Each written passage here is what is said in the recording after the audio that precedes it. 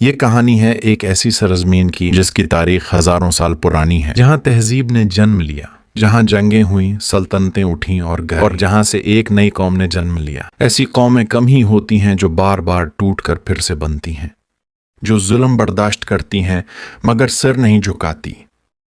یہ قوم پاکستان ہے۔ پاکستان صرف ایک ملک نہیں، یہ تہذیب ہے، تاریخ ہے، جنگ ہے، محبت ہے، جدوجہد ہے۔ پاکستان کی کہانی صرف 1948 سے شروع نہیں ہوتی۔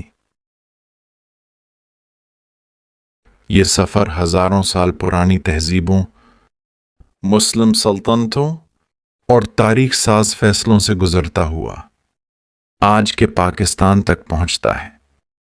یہ ملک قربانیوں سے بنا، امیدوں سے بنا، ایک خواب سے بنا۔ آج ہم آپ کو دکھائیں گے کہ پاکستان کیسے وجود میں آیا اور کیسے دنیا کا اہم ملک بن گیا۔ اباؤٹ دیم کی ویڈیوز میں خوش آمدید۔ پہلا شخص جس نے لفظ پاکستان استعمال کیا اور واضح طور پر پاکستان کے نام سے الگ ملک کے بارے میں بات کی، چوہدری رحمت علی۔ انہوں نے 28 جنوری 1933 کو شائع ہونے والے اپنے مشہور پمفلٹ ناؤ اور نیور میں پاکستان کا نام متعارف کرایا جب وہ کیمبرج یونیورسٹی میں طالب علم تھے۔ رحمت علی نے پاکستان کا نام دیا جو بعد میں پاکستان کے نام سے لکھا گیا۔ یہ لفظ ان خطوں سے بنا تھا جو وہ نئی ریاست میں چاہتے تھے۔ پی سے پنجاب، ایسے افغان صوبہ جو اب خیبر پختونخوا ہے، کے سے کشمیر، ایس سے سندھ، تان سے بلوچستان۔ انہوں نے شمال مغربی ہندوستان میں مسلمانوں کے لیے علیحدہ وطن کا مطالبہ کیا۔ علامہ محمد اقبال نے اس سے پہلے 1930 میں ایک علیحدہ مسلم ریاست کے خیال کے بارے میں بات کی تھی، لیکن انہوں نے لفظ پاکستان استعمال نہیں کیا تھا۔ انہوں نے شمال مغربی ہندوستان میں مسلم اکثریتی صوبے کی تجویز پیش کی، جس نے بعد میں تحریک پاکستان کو متاثر کیا۔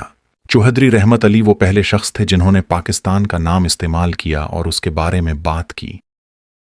712 عیسوی میں محمد بن قاسم نے سندھ میں قدم رکھا، جس کے بعد برصغیر میں اسلامی تہذیب کی بنیاد مضبوط ہوئی۔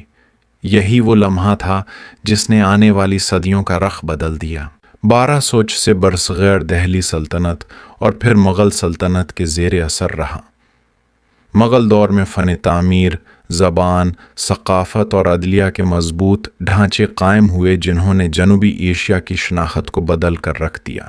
1857 کی جنگ آزادی کے بعد مغل سلطنت کا خاتمہ ہوا اور پورا خطہ براہ راست برطانوی راج کے زیر اثر آ گیا۔ سر سید احمد خان نے 1867 میں دو قومی نظریے کے بنیادی تصورات پیش کیے۔ مسلمانوں نے اپنی جداگانہ شناخت کے تحفظ کے لیے تعلیمی اور سیاسی تحریکوں کا آغاز کیا۔ 1906 میں آل انڈیا مسلم لیگ قائم ہوئی اور مسلمانوں نے باقاعدہ سیاسی پلیٹ فارم حاصل کر لیا۔ سن 1930 دسمبر کی ایک سرد شام، الہ آباد شہر میں آل انڈیا مسلم لیگ کا 27واں سالانہ اجلاس منعقد ہو رہا تھا۔ جلسے کی صدارت کرنے والے شخص کا نام تھا علامہ محمد اقبال۔ وہ شاعر بھی تھے، فلسفی بھی اور مسلمانوں کی روحانی آواز بھی، لیکن اس رات وہ صرف شاعر یا مفکر نہیں تھے، وہ ایک قوم کے مستقبل کا نقشہ کھینچنے والے رہنما کی حیثیت میں کھڑے تھے۔ علامہ اقبال نے اپنا تاریخی صدارتی خطاب شروع کیا اور برصغیر کی سیاست کا رخ بدلنے والی گفتگو کی پہلی بازگشت اسی لمحے سے شروع ہوئی۔ اقبال نے واضح کیا کہ مسلمان برصغیر میں ایک مذہبی اقلیت نہیں بلکہ ایک مکمل قوم ہے، ایک ایسی قوم جس کا اپنا نظریہ حیات ہے، اپنی تہذیب ہے، اپنی تاریخ ہے اور اپنے سماجی اصول ہیں۔ انہوں نے کہا کہ جمہوریت کا وہ نظام جس میں مسلمان محض عددی اقلیت رہیں، ان کی تہذیب، سیاست اور معاشرت کبھی محفوظ نہیں رہ سکتی۔ اقبال نے کہا، اسلام صرف ایک مذہب نہیں ہے، یہ ایک مکمل نظام حیات ہے۔ مسلمان جہاں بھی ہوں، اسلام کے اصول انہیں ایک قوم بناتے ہیں۔ اس خطاب میں اقبال نے برصغیر کی سیاسی حقیقتوں کا گہرا تجزیہ کیا۔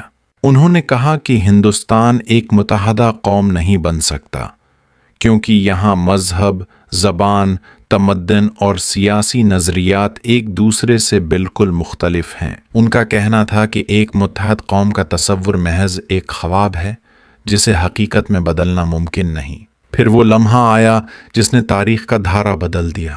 اقبال نے پہلی بار باضابطہ طور پر ایک آزاد مسلم ریاست کے قیام کی بات کی۔ انہوں نے کہا کہ شمال مغربی ہندوستان کے مسلم اکثریتی علاقے پنجاب، سرحد آج کا خیبر پختونخوا، سندھ اور بلوچستان